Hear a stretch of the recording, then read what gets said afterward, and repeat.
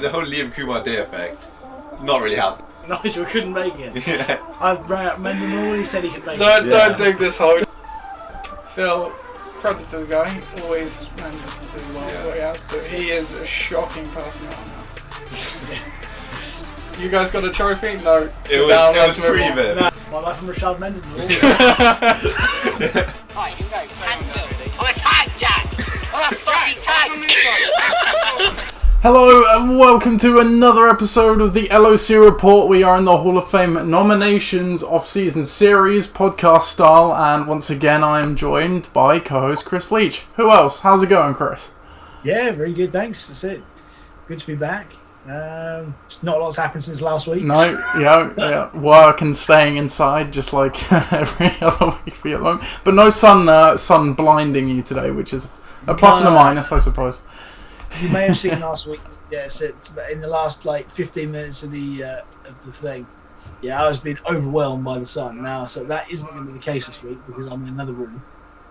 So and it's not sunny. That helps. Yeah, that does also help. So, yep, we are here to talk today about another LOC Hall of Fame nomination. But what do we like before we talk business on the podcast, Chris? Well, it's got to be some news. Absolutely.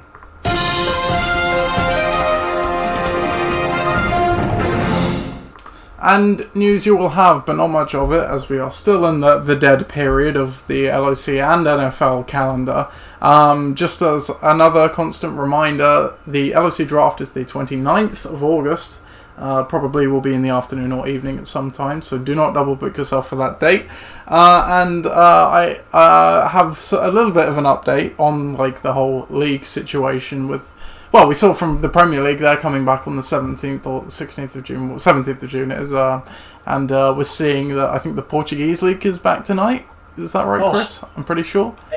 Everybody's favourite league in Portugal. Absolutely, in Portugal. The Italian league returns soon, and I know MLB is discussing with players coming to an agreement on a slightly shortened season and such. So, good signs for the NFL season ahead. The NFL are not going to have their training camps at the end of June, but it looks like things will, from July at least, be going ahead as normal with a planned the season to start on time, albeit without fans in the stadium. So all good news on that front so far.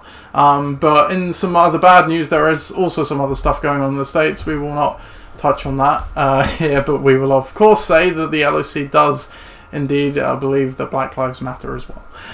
So that is all the league news we have today. We will get straight to what we are here to talk about today. Last week we had a very strong opener, didn't we, Chris, in Ben's nomination of his 7-year run, Draft Magic, with no losing seasons. Do you want to just recap that again for us? Well, it's an unprecedented, consistent body of work that we haven't seen before. We'd like to see again, to be quite honest with you. The reason why that Ben's been so good over the last 8, 9, 10 seasons is because he can get his drafts together and make it work. And throughout the course of the year, we've seen he doesn't wheel and deal, he doesn't use much of the waivers.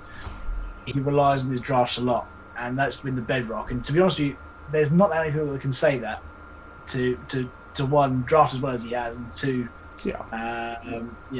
compete for as many as he has, many titles as he has, over those amount of years, and he has been competitive for pretty much all of them.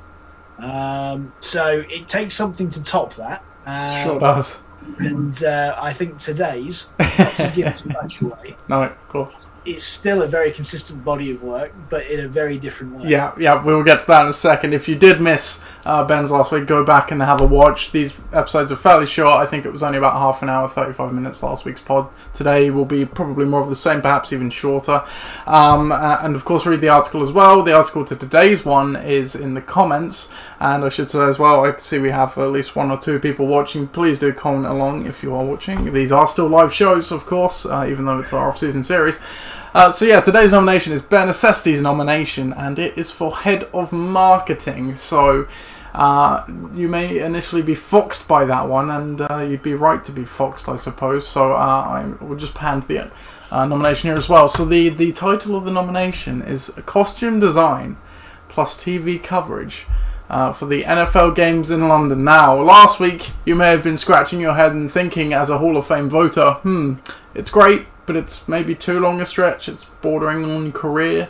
That's up to you to decide. We both discussed that and were okay with it, as it is a defined period and nothing could, he couldn't do the same period in a future nomination, for example. You may be saying the same question today as well. Why is that relevant? Because that's actually got literally nothing. It's not a career. It's got nothing to do with the fantasy league.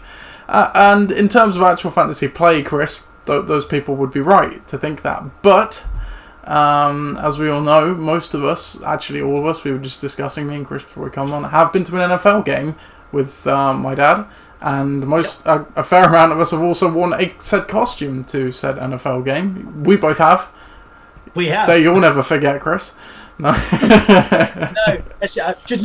I mean, this. We'll get to it in a minute. And there's a photo on my phone which just sums it up brilliantly. So hopefully you'll be able to see that at home in a bit. But I mean, yeah. To be honest with you, it did enhance the day. Yeah, for sure. So, without talking around it too much, so yeah, this nomination is for all of the costumes, and as I say, the TV coverage of the NFL games. They are classed as effectively league events for the reasons I just said, so we'll just get going. So that pretty much sums up the first paragraph of the article anyway. I mean, we all know that we love a costume for the game days when we can. And it did all start with the third NFL game in London, which was the second we went to, as we annoyingly missed the very first one. Otherwise we could have said we went to them all, but that's neither here nor there. Which was the Patriots versus Buccaneers, and of course you can hopefully see the photo on my screen as well, Chris and viewers alike. My dad started small with just a kind of a cut-out head thing to wear, which you can see in that picture was a flying Elvis. Which I will say is not the most comfortable thing to wear. I did have a bit of a sore neck after that day. But it was effective. It got some photos. And I also have a video to show you. The videos start early. Chris, you unfortunately won't be able to see this, but the viewers will be able to see and hear it. You're probably going to know what it is. It is the infamous Brady video. I'll just let that play out for a second.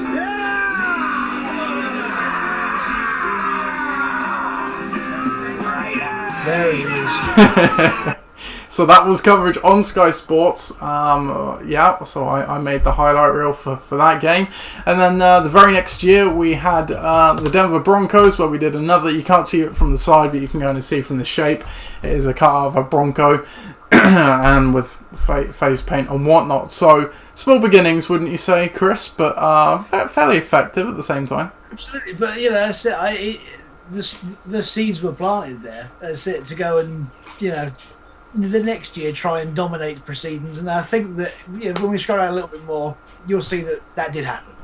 Absolutely, and it's always worth pointing out in the early days of the NFL International Series here, it was almost a big thing for Sky Sports because they wanted to drum up interest in the league. So things like this got a lot of pop early on when, it was a bit more, shall we say, as a novelty, where it's become a bit more mainstream now, of course. So even though these were quaint, certainly as compared to what we're about to see, still effective. And but really 2011 is where it took off, a year after the Broncos game, where we dressed up as bears, literal bears. You can see fluorescent ones, and we had a couple of, we had a banana, a tiger, and you can see on the right there a buccaneer as well, as it was the Bears versus the Buccaneers.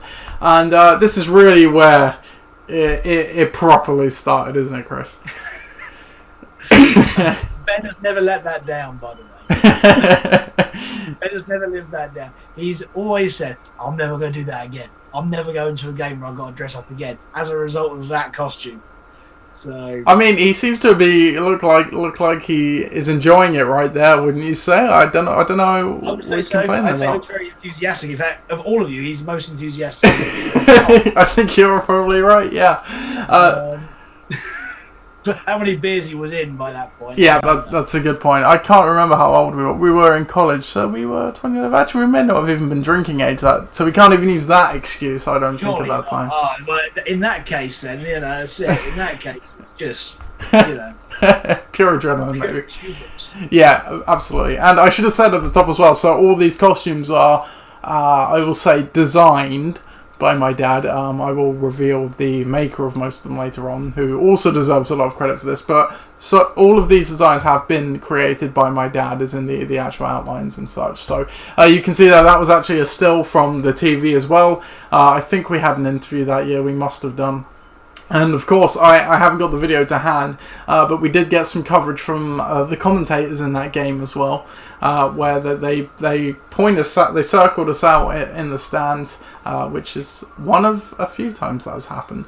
And they were very confused why we were fluorescent, but as we know, Americans don't really get it. Why were we fluorescent, Chris? Yeah. That is it. That, to be honest with you, that is a theme we're going to see throughout all this. Is that whatever costumes that there are, the Americans don't get it. and you know, and there are a lot of people on Sky like sitting at home and laughing along with this. Bearing in mind that you see more ridiculous things in international cricket. Yeah, that's true. I mean, I've seen more ridiculous things in international cricket. This is guys, 8, 9, 10 guys, you know, dressed up in various ways. This is nothing in comparison to no, absolutely not. No.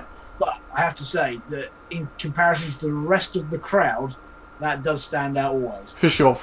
But what you were saying, look, an American wouldn't know about cricket, but an American would absolutely know what goes on at baseball games, and I'm sure you've seen as well, Chris, the bobblehead races, Mr. Freeze. They have a lot of weird stuff there as well, so you think they would, you know, piece it together that, oh, that's the Bears' colours. They are Bears. No good baseball franchise has worth their salt does not have Taco Tuesday. For sure, yeah. But back to Bear Necessities. So yeah, my dad did create the costumes themselves, the idea for the costumes, what he wanted, bought all the felt and the jerseys, of course, and they did look fantastic and were certainly highly effective. Followed up was slightly tamed down, as we can see in 2012. Me and my dad went as Minutemen. I went as one of the American revolutionaries, and you can see my dad there with a red coat. It was the Patriots against the St. Louis Rams. You look kind of surprised there, Chris. I like that.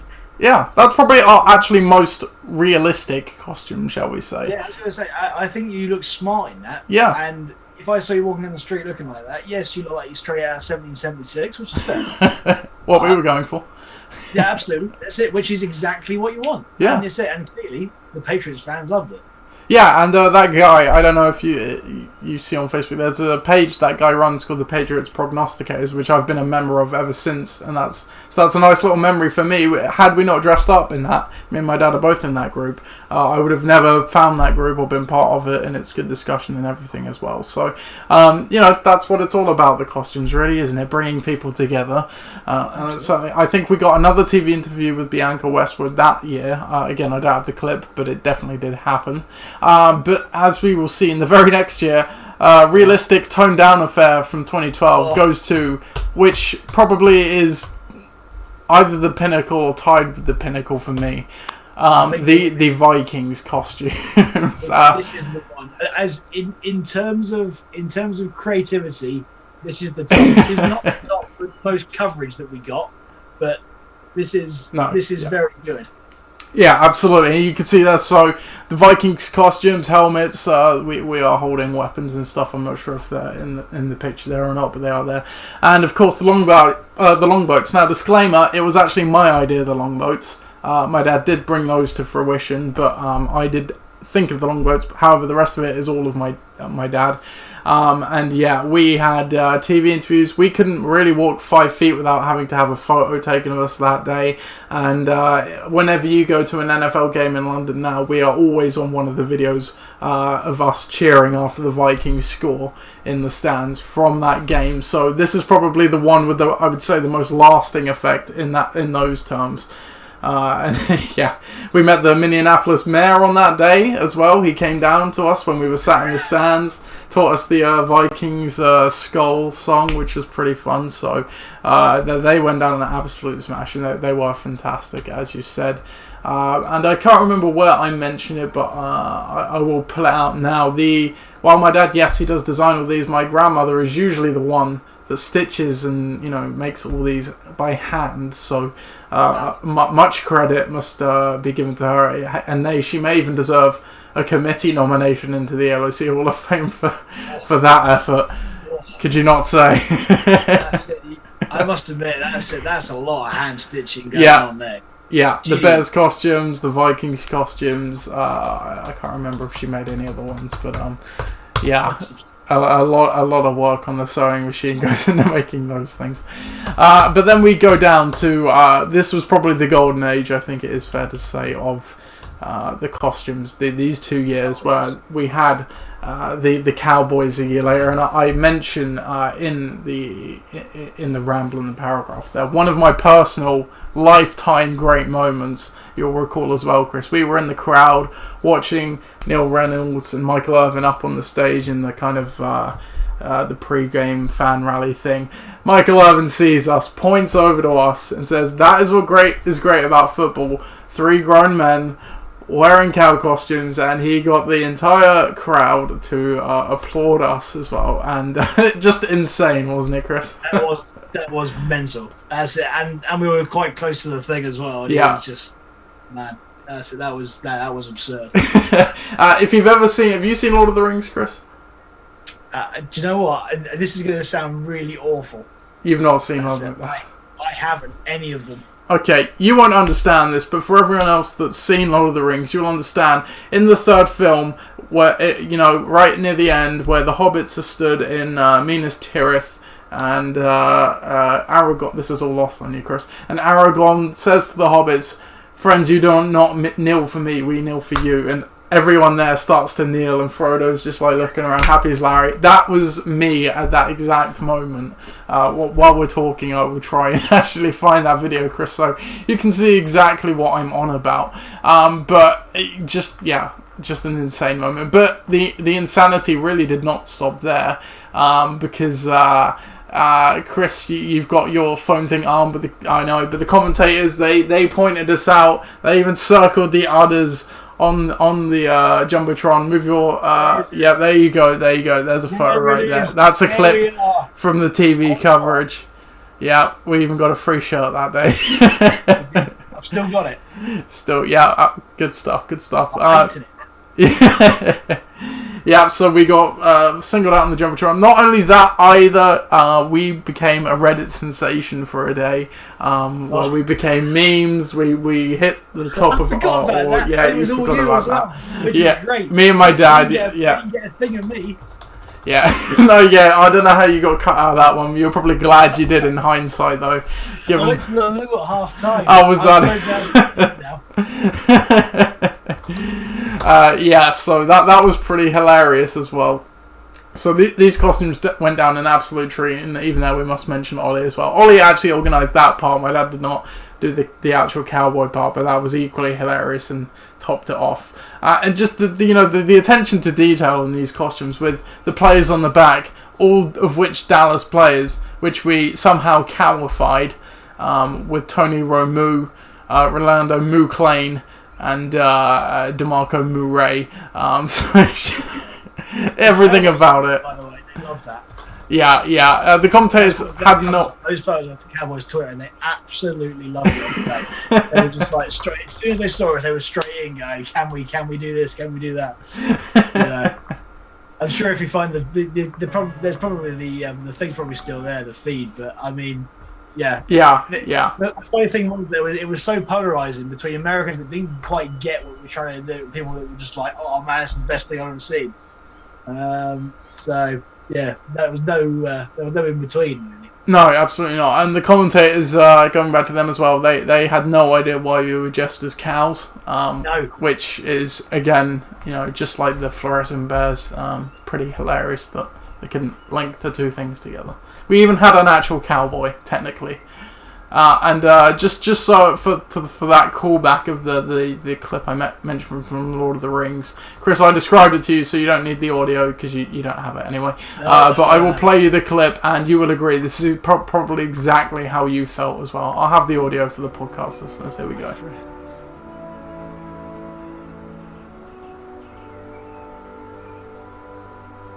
You bow to no one.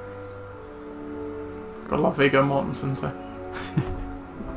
What a legend. Here we go. This is what we were in that crowd. Even Neil was bowing that day.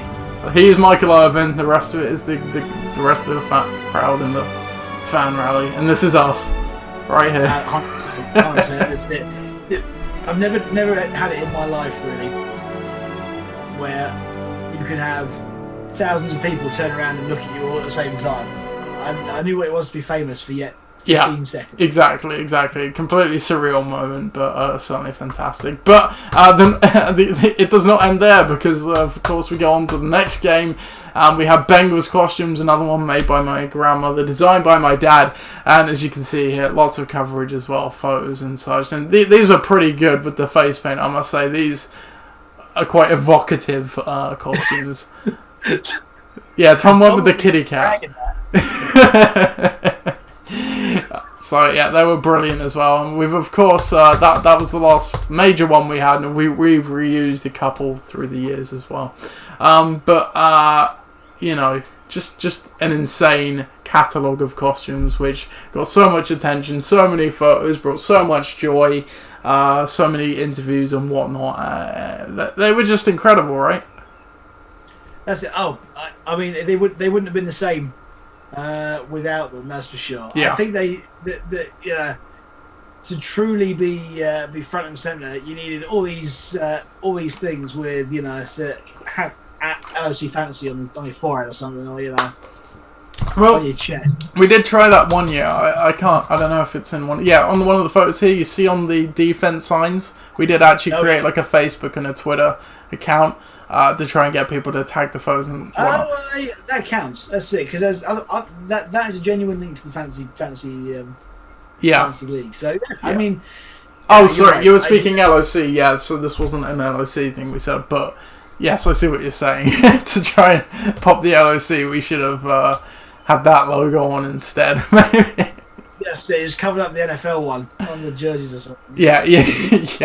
Oh, speaking of which, just you wait till the draft video. I've got a funny little thing I did in the video in that vein, but we'll leave that till later. Yeah.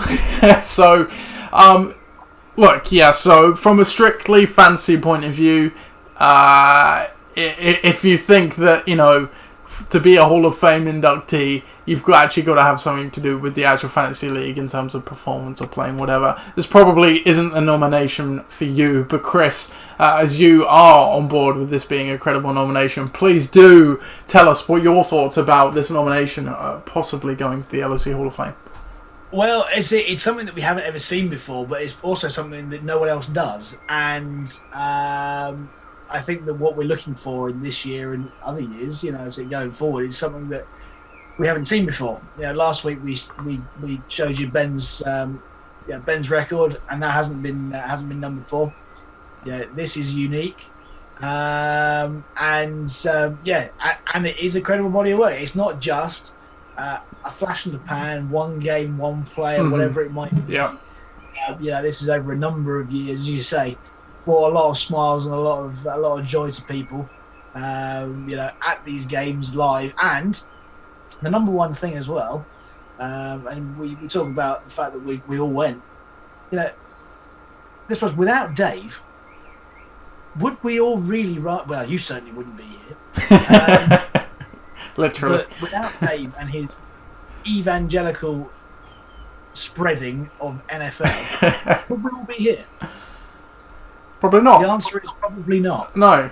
And, you know, this is a point I'd like to come back to, that the LOC does tie us together as friends, which is nice, because you know, there aren't really many other friends outside of this league from, you know, school and college and whatnot that I still talk to, certainly not on a regular basis, and it's just great that it keeps us all together. We might not see each other that often or, you know, talk all the time, but we are all held together by this league, and like, as you say, without these costumes and my dad spreading his love of the NFL to me, and then vicariously, I suppose, me to everyone else, and bringing everyone to the games, obviously he enabling that, buying the tickets in the early years and organising all the travel and stuff. You are absolutely right, Chris. That must be considered part of this nomination as well, you could say. It's a massive part. it's a massive part. I think that if you're going to consider this vote, then you have to consider what the deeper meaning behind it. It's not just what you see in front of you. It's how you got to where you are now. Yeah. And gone to some of those games and enjoy what you enjoy today. And I know that wouldn't be the case for me had it not been for him, and therefore for you. So yeah, that's a massive part of everybody's history now. And if we're going to talk about a Hall of Fame, then that's certainly credible, very credible, to go in. Yeah, for sure. So it already sounds like Chris is going to have a hard time figuring out where his 3-point vote is gonna go this year. We've had 2 very strong nominations, if you deem them both credible, right off the bat. So unlike last year, where I think it was kind of tacitly accepted that ADRZ's trifecta nomination was probably a shoo-in, this year already we can see that there is going to be probably some fierce competition for the induction this year. Absolutely. Yeah. There's going to be a battle on, and say we're only 2 in. Yeah, I know, yeah, so I don't know who's next, but you are going to have a tough act to follow, but we'll have to wait to find out what that is. So, as I said, we already had Ben's last week. Go back and check that out if you've not already. I posted the links to the articles on the YouTube video and on the post for the podcast as well, so go check that out. That is the podcast for Bear Necessities Hall of Fame nomination. Just to recap, the head of marketing, all of the costumes for the NFL games, with the accompanying TV coverage and whatnot, and of course, really being the reason we're all here in this league together, you could also say. Thank you for joining me again, Chris. You're quite welcome. This is good to be here. Yeah, absolutely. We'll be back here hopefully the same time next week to talk about another nomination. But until then, stay safe and have a good week. Catch you later, folks.